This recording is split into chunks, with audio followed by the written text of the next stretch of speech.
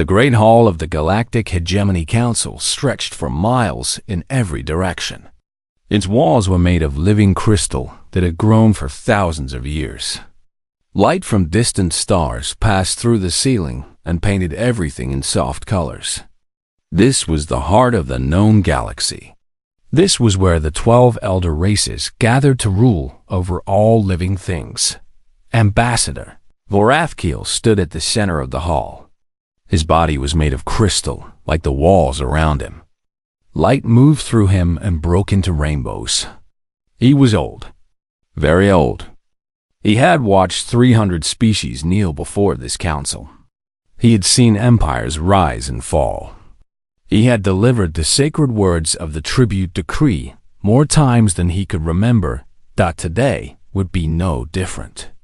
Or so he thought. Archivist Min, he called out. His voice sounded like wind chimes in a storm. Bring me the data on the new species. A small creature moved forward from the shadows. Min was young by the standards of her people. She had 4 eyes that could see in every direction at once. Her skin changed color based on her emotions. Right now it was a calm blue. The species is called human, she said. She waved her hand and a glowing screen appeared in the air. They come from a small planet called Earth. It is located in the outer arm of the galaxy, a very quiet part of space. Vorathkiel looked at the images on the screen.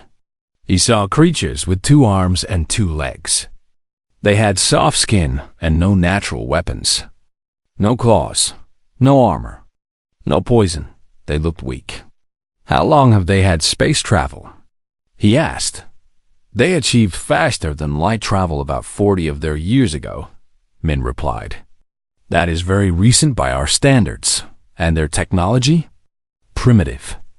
Their ships are slow. Their weapons are simple. They have only spread to a few nearby star systems. They are not a threat to anyone. Vorathkiel made a sound like laughing. The light inside him flickered with amusement. Another young species that thinks the universe is empty. Another species that will learn the truth. He turned to face the 11 other ambassadors who sat on their thrones around the hall. Each one represented a different elder race. Each one had ruled the galaxy for thousands of years before humans had even learned to make fire. There was High Sovereign Ixmathimat of the Calculon Hegemony. His body was made of pure mathematics given physical form. Numbers and equations floated around him like a cloud. He could calculate the future with perfect accuracy. He had never been wrong. There was Grand Matriarch Thessaly of the Void Singers. Her people lived in the empty spaces between stars. They were made of darkness and song. Their voices could shatter planets. There was War Chief Kron of the Stone Legions. His body was carved from the heart of a dead star.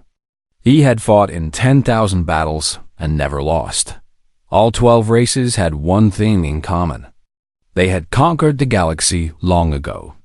They had built an empire that stretched across millions of worlds. And they had kept that empire through one simple rule. Every new species had a choice.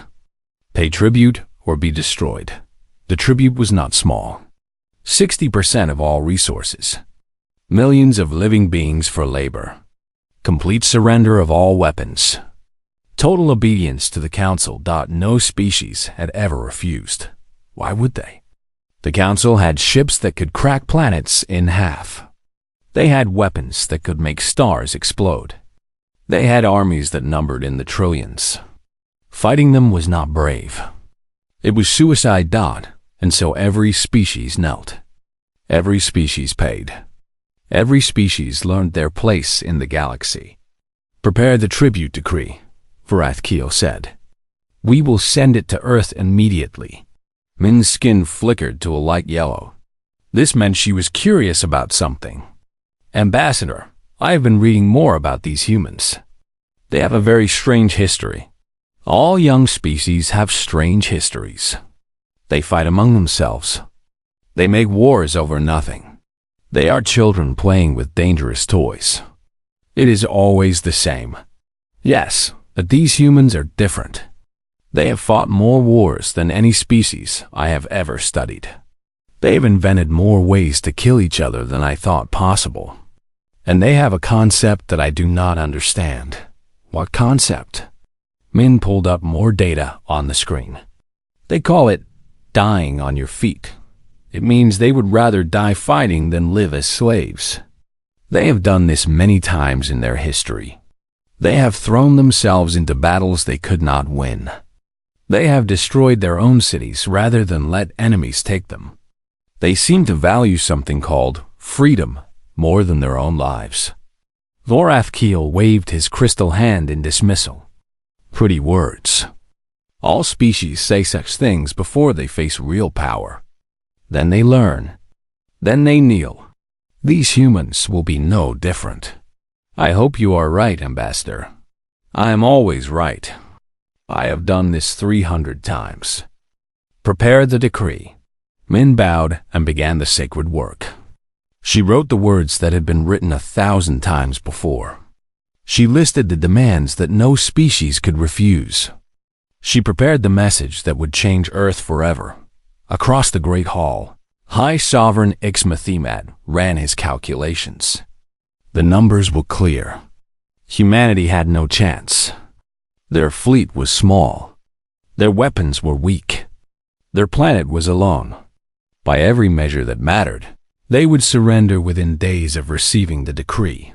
His mathematics had never been wrong. Not once in 12,000 years, but mathematics could only measure what it understood. And there were things about humans that could not be measured. Things that could not be calculated. Things that the elder races had forgotten long ago.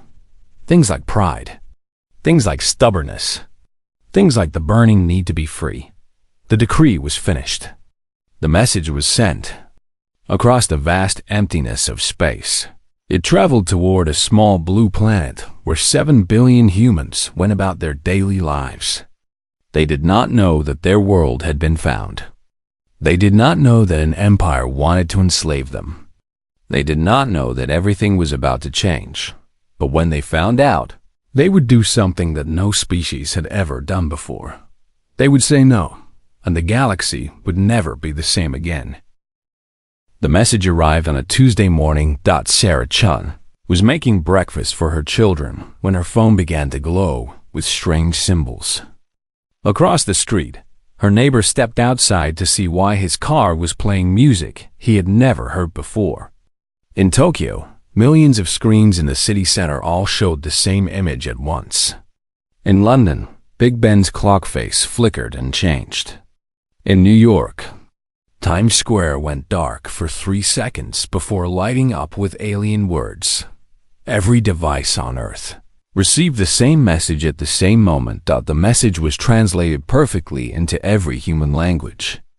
It did not matter if you spoke English or Mandarin or Swahili or Spanish. You could read it.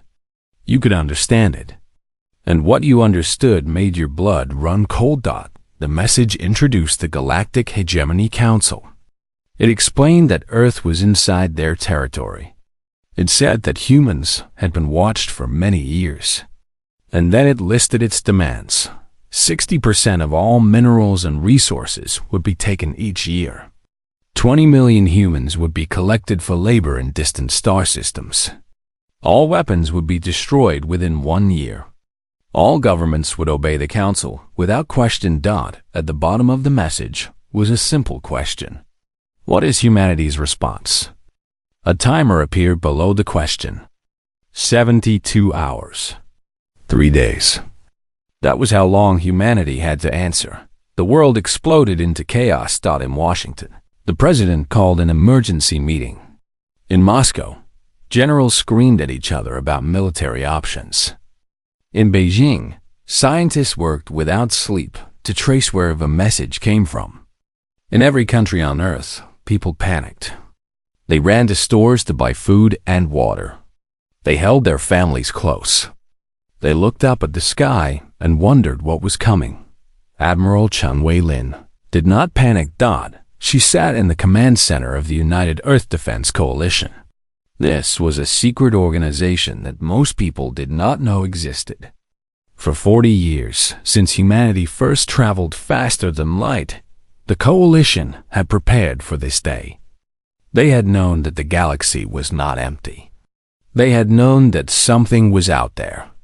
And they had known that when that something found Earth, it would not come in peace. Admiral Chun was 63 years old. Her hair was gray. Her face was lined with years of hard decisions. She had commanded fleets in the outer solar system. She had faced pirates and rebels and things that did not have names. Nothing had ever scared her. She was not scared now. Around her, the command center was filled with noise. Generals from every country argued about what to do. Politicians demanded answers.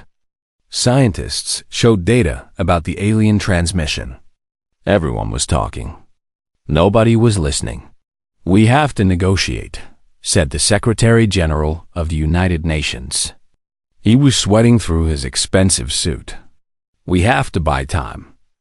Maybe we can offer them something. Maybe we can find a compromise." "There is no compromise," said a Russian general. "They want everything. They want our world. They want our people. What can we offer them?" "Perhaps if we show them we are not a threat," suggested a diplomat from France. "Perhaps if we surrender our weapons first as a sign of good faith." "Good faith?" Admiral Chun finally spoke. Her voice was quiet, but it cut through all the noise. Everyone stopped and looked at her. "You want to show good faith to beings who have demanded our children as slaves." The diplomat looked uncomfortable. "Admiral, I only meant that perhaps diplomacy could work." Diplomacy requires two sides that want to talk. These beings do not want to talk. They want to take. They have done this before. Many times before. "We are not their first victims." "How do you know this?" asked the Secretary General. Admiral Chun pointed at the data on her screen. "Our scientists have analyzed the message. It follows a pattern. A very old pattern. This is not a first contact. This is a collection notice. We are being told to pay or die." The room fell silent. Everyone understood what she was saying. "So what do we do?" asked a young officer. His voice shook with fear. Admiral Chun stood up. She was not tall, but somehow she seemed to fill the entire room. 40 years ago, when we first left our solar system, I was given command of a special project. We called it the Last Light Protocol. We knew that someday someone would come for Earth. We prepared for that day. Prepared how? Asked the Secretary General. We built weapons. We built ships. We built plans. And we prepared ourselves for the most important decision in human history. She looked around the room at every face. The decision to never kneel, never surrender, never give up our freedom. "Admiral, they will destroy us. You saw the data. Their fleet could crush our entire civilization in hours." "Yes, they could. And we would hurt them in ways they cannot imagine. We would make them bleed for every inch of our world. And even if we lost, we would be remembered. Every species in the galaxy would know that Earth stood up. Earth fought back. Earth said no." The Secretary General shook his head. "This is madness. You are talking about suicide. I am talking about dignity." Admiral Chun walked to the main communication console. "For the first time in human history, we speak with one voice. Every nation, every people. One answer to their question. And I say that answer should be the same answer we have given to every tyrant in our history." She began to enter commands into the system. "I am opening a channel to the alien transmission point. Every leader must agree. Every nation must speak together. This is not my decision alone." For the next 6 hours, the world debated. Presidents and prime ministers and kings and generals all argued. Some wanted to fight. Some wanted to surrender. Some wanted to negotiate. But slowly, one by one, they came to understand the truth. There was no negotiation possible with beings who saw you as property. There was no surrender that would save your soul. There was only one choice, that humans could live with Dot at exactly midnight. Greenwich Mean Time. Admiral Chen Wei-lin sat before the communication console. Behind her stood the leaders of every nation on Earth. For the first time in history, humanity was truly united. She opened the channel. She took a deep breath. And then she transmitted one word that would echo across the galaxy. No, 2 letters. 1 syllable. A word that had started revolutions. A word that had ended empires. A word that had defined humanity since the first person refused to be a slave. The transmission ended. The world waited Dot, and somewhere in the depths of space, the Galactic Hegemony Council received an answer they had never heard before. They had no idea what was coming. The word hit the council chamber like a physical blow. Ambassador Vorathkiel stood frozen. The light inside his crystal body flickered wildly. For a long moment, he did not move. He could not move. His mind refused to accept what he had just heard. "Play it again," he commanded. The transmission played again. 1 word, 2 letters. The shortest message in the history of the Galactic Hegemony Council. "No, there must be more," said Grand Matriarch Thessaly. Her voice was made of shadows and whispers. "There must be conditions, terms, requests for negotiation. No species simply says no." "This one did," said Archivist Men. Her skin had turned a deep purple. "This was the color of fear. War." Chief Kron laughed. The sound was like mountains falling. "These tiny creatures dare to refuse us?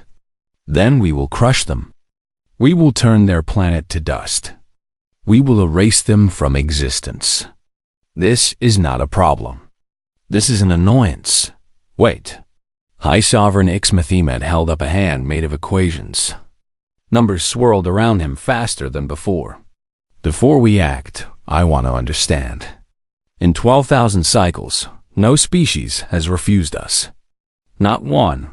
Why would these humans be different?" "Because they are fools," said Kron. "Because they do not understand our power." "No." Min stepped forward. Her voice was small but steady. "They understand. I have been studying their transmissions, their history. They know exactly what we can do to them." They said no anyway. The council members looked at each other. This was strange. Very strange. "Show us," commanded Vorathkiel. "Show us everything about these humans." Min took a deep breath. She waved her hands, and the great hall filled with images from Earth. The council watched in silence. They saw the First World War. They saw millions of humans charging into machine gun fire. They saw soldiers dying by the thousands for a few meters of mud. They saw poison gas and barbed wire and trenches filled with bodies. And they saw that the humans kept fighting anyway. For 4 years. Until millions were dead. They killed each other over territory disputes, Min explained. Small territory disputes. And neither side would surrender. The images changed. Now they showed the Second World War. The council watched humans drop fire on cities. They watched humans burn Tokyo and Dresden. They watched humans fight on beaches and in forests and in the ruins of their own homes. Then they saw something that made even War Chief Kron go silent. A bright flash. A mushroom cloud. A city called Hiroshima turned to ash in a single second. They created weapons that could destroy their own world, Min said. And then they aimed those weapons at each other. For decades. They called it the Cold War. 2 great powers held enough weapons to kill every human on Earth. And they pointed those weapons at each other every single day. "This is madness," whispered Thessaly. "Why would any species threaten its own extinction? Because neither side would kneel. Neither side would submit. They chose to risk everything rather than accept defeat." Min changed the images again. And this was not the only time. Look at their history. Look at all of it. The council watched. They saw Spartans holding a mountain pass against an army of millions. They saw Vikings sailing across frozen oceans to raid and conquer. They saw samurai committing suicide rather than face dishonor. They saw revolutions in France and America and Russia where ordinary people killed kings rather than remain slaves. They saw a place called the Alamo, where a small group of humans fought to the last man against an army. They saw a city called Stalingrad, where humans ate rats and froze to death but never surrendered. They saw prisoners of war who endured years of torture rather than betray their friends. They have a saying, Min said quietly. It is better to die on your feet than to live on your knees. They believe this. They truly believe it. And they have proven it over and over again throughout their history. High Sovereign Ixmathimet ran his calculations. The numbers were troubling. I do not understand. By every measure, surrender would have been the logical choice in many of these situations. They would have survived. They would have lived. Why choose death?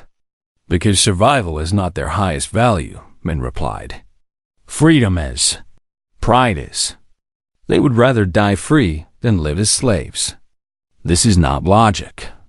This is something else. Something we have not seen before. War Chief Kron stood up from his throne. Enough. I have heard enough. These creatures are brave. I respect bravery. But bravery does not stop weapons. Bravery does not break shields. We will destroy them and be done with it. And then what? Vorathkiel asked. His voice was quiet. What do you mean? Every species in the galaxy knows about the tribute decree. They know that compliance is the only option. But if we destroy humans, they will know something else. They will know that resistance is possible. They will know that a small world can look at our empire and say no. The chamber fell silent. The tribute system works because no one believes they can resist, Vorathkiel continued. Fear keeps them obedient.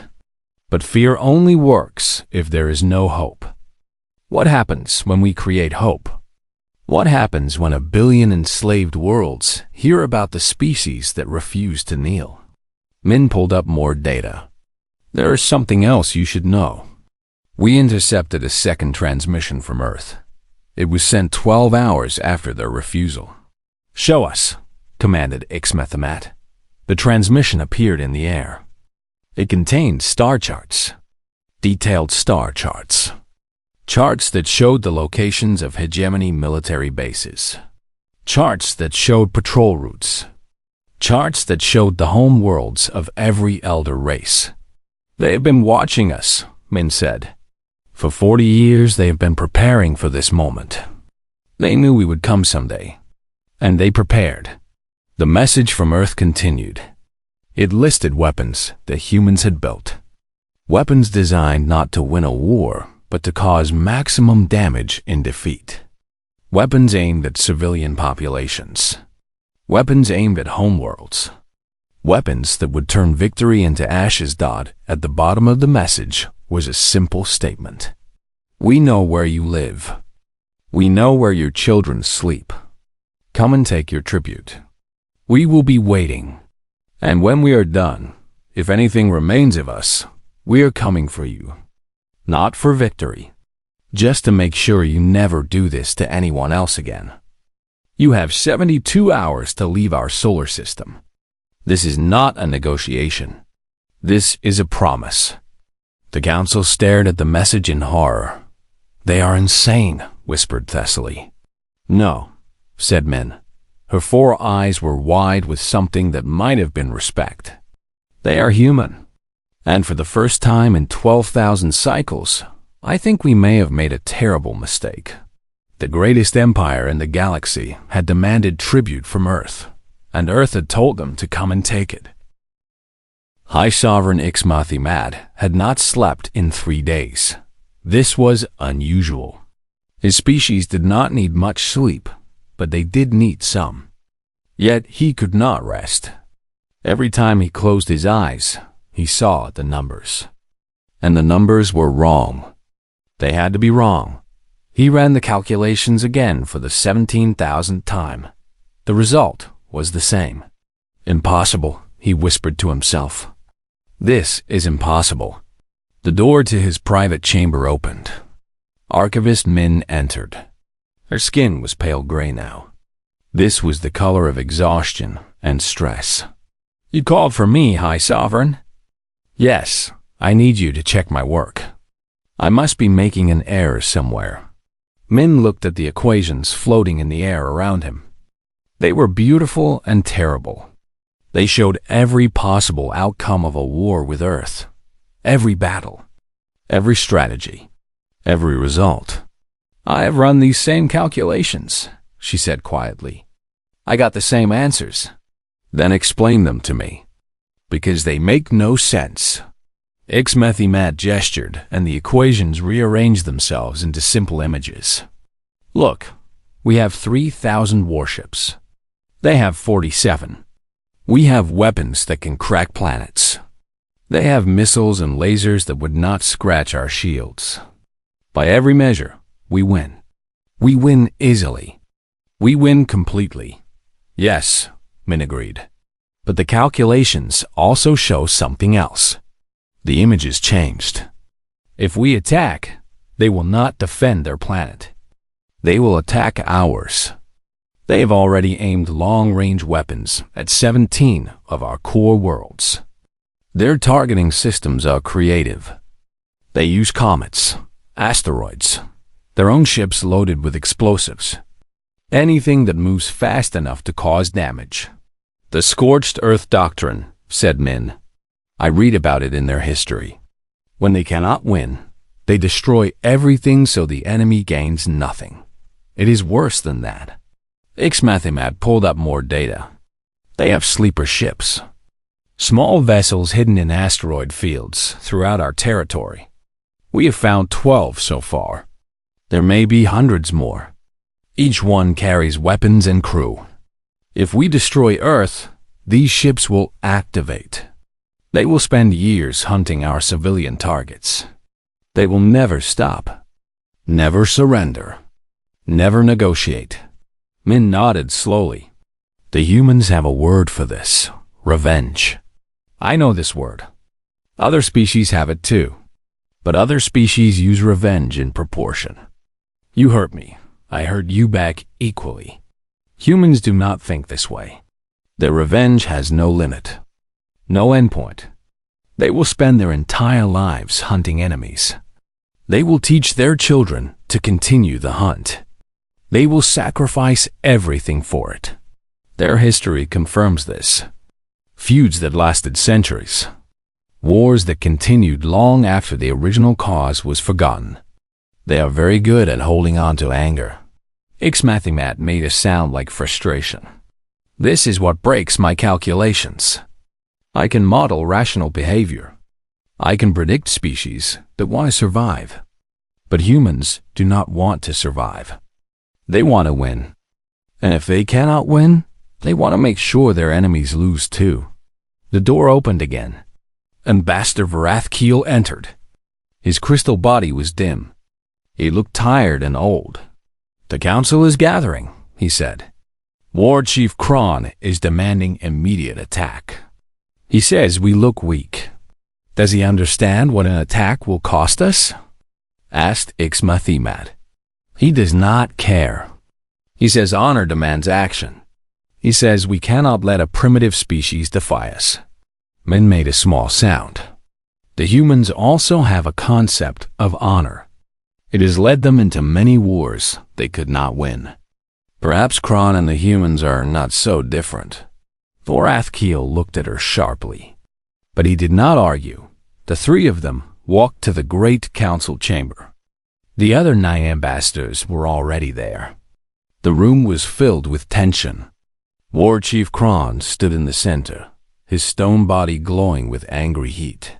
We have waited long enough, he declared. Our fleet is ready. Our weapons are charged. I say we end this now. We turn Earth to rubble, and we send the rubble into their sun. Let that be a message to any other species that thinks of defiance. And what of their counterattack? Asked Varathkiel. Acceptable losses. We will repair. We will rebuild. We are strong. Grand Matriarch Thessaly spoke from the shadows.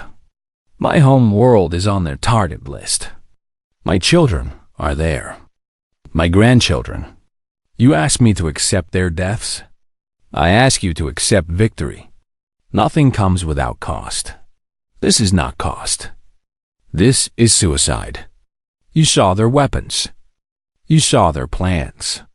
They have things aimed at our worlds that we cannot stop. They have been preparing for 40 years while we did not even know they existed. Kron waved a massive hand. Then we should have found them sooner. We should have crushed them before they were ready. That mistake is in the past. Now we must act. Ixmathimat stepped forward. I have run every possible scenario. If we attack Earth, we win. But we also suffer damage that will take 1,000 cycles to repair. 17 of our core worlds will be hit. Billions will die. Our fleet will be reduced by half. And that is the optimistic calculation.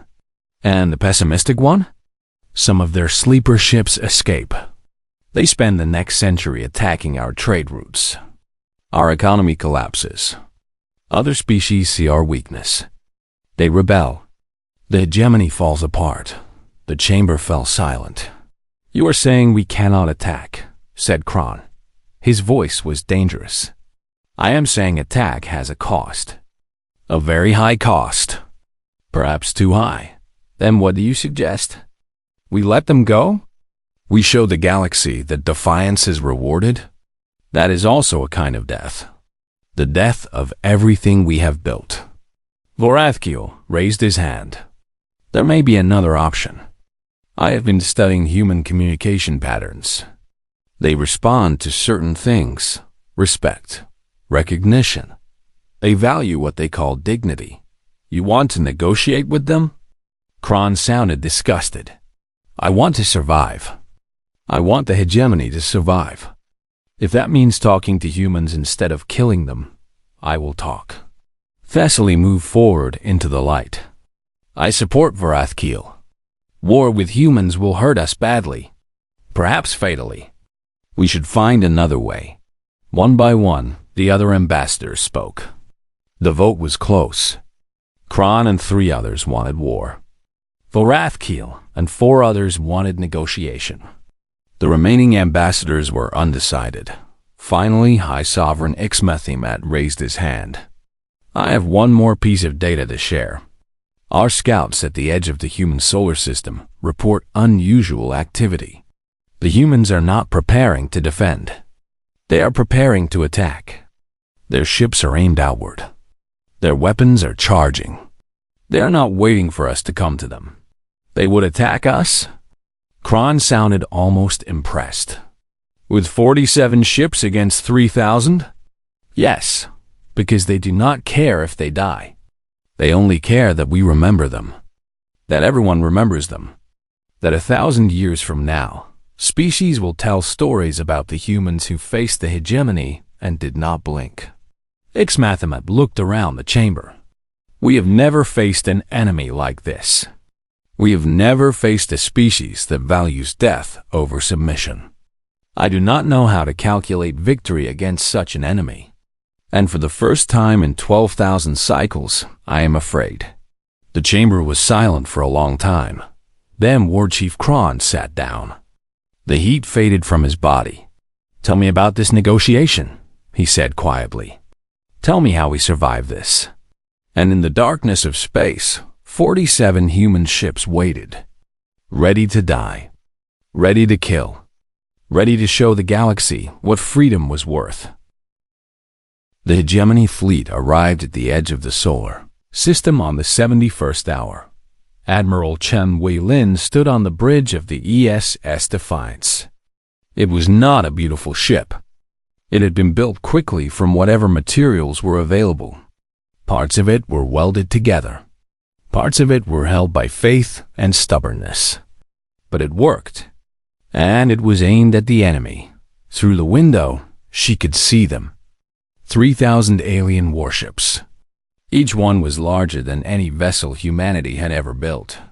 Each one carried enough firepower to destroy a moon. Together, they were the greatest military force in the history of the galaxy. Against them stood 47 human ships. "Admiral," said her second-in-command, "the enemy fleet has stopped at the outer boundary. They are not advancing." "Good. Open a channel." The communication screen flickered to life. The face that appeared was made of crystal. Light moved through it like blood through veins. Ambassador Vorathkiel of the Galactic Hegemony Council looked tired. He looked old. He looked like someone who had not slept in days. "Admiral Chun," he said. His voice was careful, measured. "I speak for the Council. We wish to discuss terms. Terms of surrender?" Chun asked. Her voice was calm. "Terms of understanding. The only thing I want to understand is why you are in my solar system with 3,000 warships. We came because you defied us. No species has ever defied us. We did not know how to respond, and now you do?" Vorathkiel was silent for a moment. "We have studied your species, Admiral. We have watched your history, your wars, your revolutions, your endless fight for something you call freedom. We have never seen anything like it. We do not understand it. Then let me explain it simply." Chun leaned forward. "We are not your property. We are not your slaves. We are not your tribute. We are humans. And we would rather burn our own world than let you take it. Yes, we have come to understand this. And so I must ask you a question. A genuine question. Not a demand. Not a threat. Ask, why? Why choose death over submission? You cannot win. Your ships are no match for ours. Your weapons cannot break our shields. You will die. Your families will die. Your planet will burn. Why is this better than living under our rule?" Admiral Chun was quiet for a long time. Behind her, her crew watched in silence. They knew this was more than a military conversation. This was a conversation about what it meant to be human. 300 years ago, she finally said, a man named Patrick Henry stood before a group of people who were deciding whether to fight for freedom or accept the rule of a king. The king's army was stronger. His weapons were better. Fighting seemed like suicide. But Patrick Henry said something that has stayed with us ever since. She looked directly into the camera, into the eyes of the crystal being who had ruled galaxies. He said, "Give me liberty, or give me death." Vorathkiel stared at her. "These are words. Pretty words. But words do not stop weapons. No, but they inspire people. They remind us what we are fighting for. They give us something more powerful than weapons." Chun smiled. It was not a happy smile. It was the smile of someone who had accepted their fate and found peace with it. They give us a reason to die. And a species with a reason to die is very hard to defeat. We could still destroy you. Yes, you could. And then what? You go home to worlds that are burning. You explain to your people why billions died to defeat 47 ships. You watch as other species hear the story of Earth and start asking questions. Start wondering if maybe they should say no too. She spread her hands. You could kill us, but you cannot kill what we represent. You cannot kill the idea that freedom is worth dying for. That idea will spread, and someday it will bring down everything you have built. The channel was silent for a long time. Then High Sovereign Ixmathimad appeared on the screen beside Vorathkiel. His body of equations flickered with something that might have been respect. "I have calculated every outcome of this situation," he said. "In every scenario where we destroy Earth, the hegemony suffers. Not immediately. Not completely. But we suffer. Our empire weakens. Our control slips away. And in the scenarios where you leave us alone? In those scenarios, you become a problem for the future. You grow stronger. You spread further. Eventually, you may threaten us. But eventually is not today. And today, I choose survival over pride. War Chief Kron appeared on the screen. His stone face was hard to read. I wanted to fight you. Part of me still does. You would be worthy enemies. Thank you, said Chun. That might be the nicest thing anyone has ever said to me. It is not a compliment.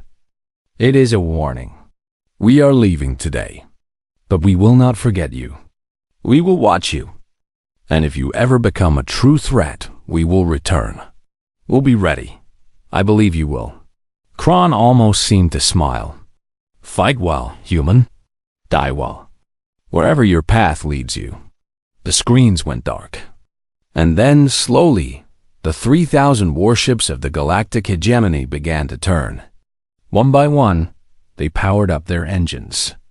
One by one, they moved away from the solar system. One by one, they disappeared into the darkness between stars. Admiral Chun watched them go. Her crew watched with her.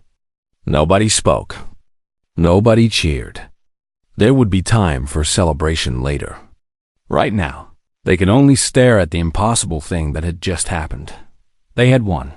47 ships against 3,000. One word against the greatest empire in history.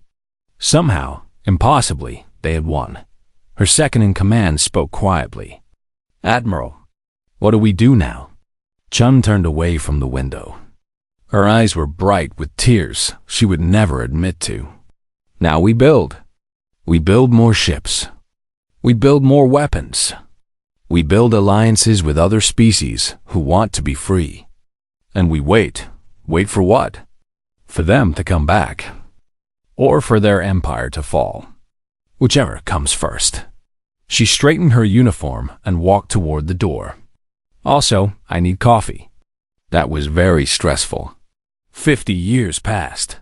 The galactic hegemony did not fall immediately. But it weakened. Word of Earth's defiance spread through the galaxy like fire through dry grass. Other species heard the story. Other species asked questions. Other species began to wonder if they too could say no. One by one, rebellions started. Small at first, then larger. The tribute system that had worked for 12,000 years began to crack.